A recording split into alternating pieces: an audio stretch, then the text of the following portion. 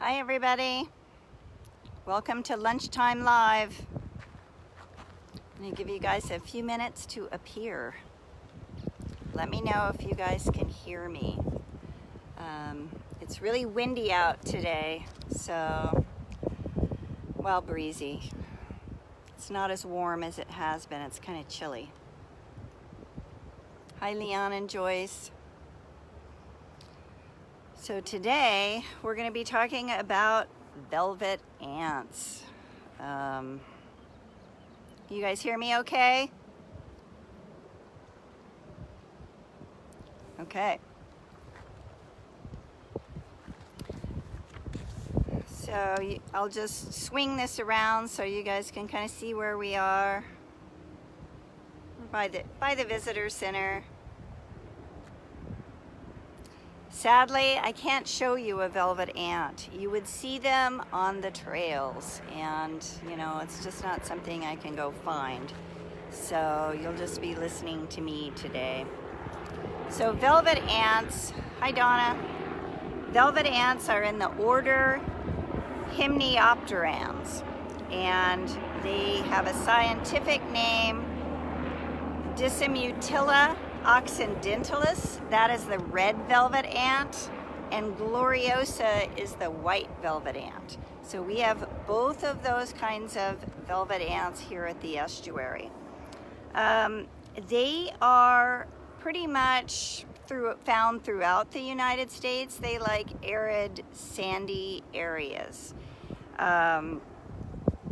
And you, here at the estuary, you're mostly, if you run into one, you're going to see it on the trail and you're going to think it's an ant. But it isn't an ant, it's a wasp.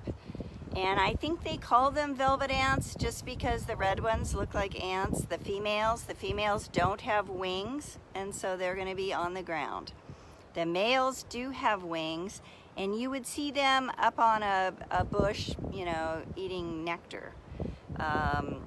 But if you saw a male, you might realize that it is in fact maybe a wasp. But if you saw a female, you're just probably going to think ant. So here they are. This is the red velvet ant. And this is the white velvet ant. So all velvet ants have the three, you know, abdomen kind of body parts. They have 6 legs, they have antennas. And they have, for protection, their body is like armor. It's hard as a rock. So this is called their exoskeleton. And the white, I would say, as far as superpowers go, these guys, first they have the hard shell like an armor. And it's also sort of rounded and slippery. And this is a warning color. Red is typically a warning color. Now the white ones, their superpower is probably that they look like a seed, right? So these two actually have nicknames, which I will get into a little bit more later. But the nickname is cow killer. And the other one is a thistledown. Now the thistledown is for the white one because it looks like a windblown seed. The cow killer is probably for both of them.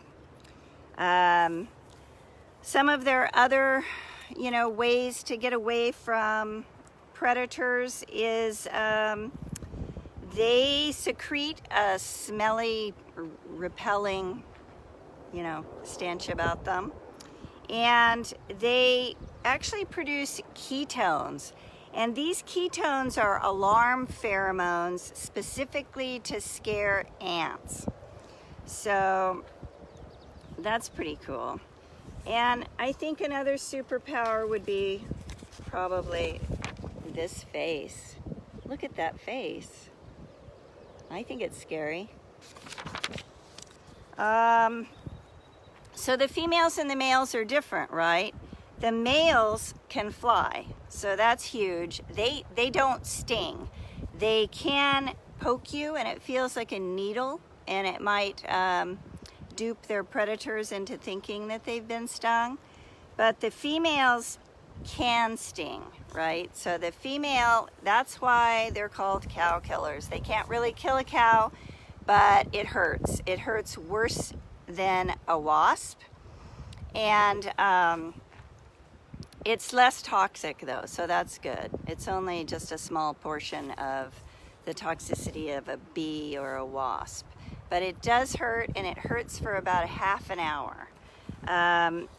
Females, I guess they do other things to avoid predators. They sort of walk erratically, which probably helps. And let's see, they can make a scary noise too. It sounds kind of like a squeak, and they do it by moving their abdomen together, which is called stridulating. So males, of course, they can fly, so that's a good one. Neither of the ants are aggressive, so they're just going to run away and try to escape. Predators are pretty unknown. I would say probably ants, because ants can kind of gang up on things, and since they do create those ketones to scare ants, one would think they must be predators. Also maybe lizards, but they think that mostly they get eaten by accident. So another interesting thing about them is the way that they nest. Red velvet ants, which we now know are wasps, they're also parasites. And a parasite is an organism that lives on or in a host organism and gets its food from or at the expense of that host. Well, the velvet ant's host is a ground burrowing bee. So what happens is the bees, they lay their eggs inside of a ground burrow, and they leave some food, and then they seal up the burrow and they don't come back. So the velvet ant comes along, and she digs its way into the bee burrow and gets into the nesting chamber, and it's great because there's no guard and there's all this potential for laying a million eggs. So she lays its eggs inside the bee cocoon on the bee larva inside. And then when the ant egg hatches, it hatches into a white legless grub, and it eats the bee host. Nice. So that's how, they hatch their eggs.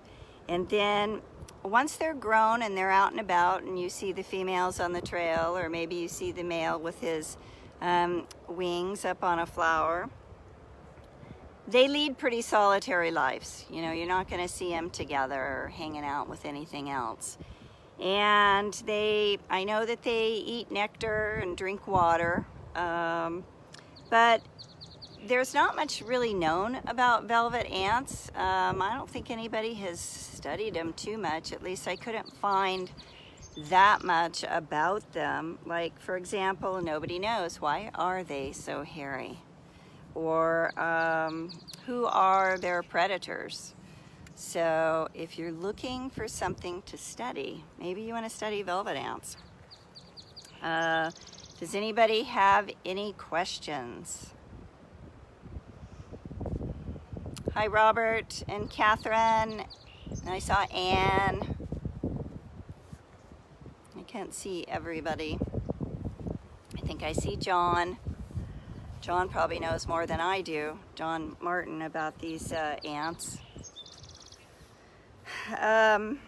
So again, they're not ants, they're wasps, and they are parasites, and they have creepy little parasitic nesting habits, and they have all kinds of armor and superpowers, and the males are really pretty different than the ones that the females have. I'm going to show you their picture one more time while I wait for questions. This one's kind of short. That's a female because she doesn't have her wings. That's her little face, or his face. And I think Maria advertised with a white one. So there's that one. This one does look like a little seed. But don't step on them. They sting, and it's the females sting and the males fake sting. And they're not that abundant, Lorena. I mean, we do see them, you know, out in the sandy trails once in a while.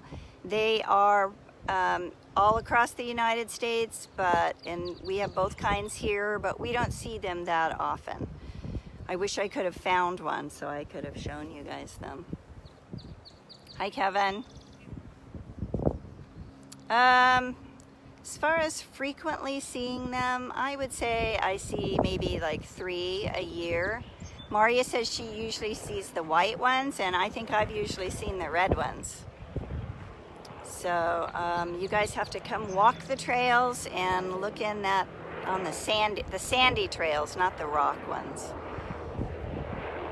And maybe you guys will see one and don't touch it. All right. Next week, Maria is going to be talking about mirabilis, which is a pretty purple flowering bush we have here at the estuary. So tune in next week, and it'll be again about a flower, and then I think the week after that we're probably going to talk about yellow-rumped warblers. Last time it was yellow-crowned herons, but next time it'll be yellow-rumped warblers. All right, bye everybody.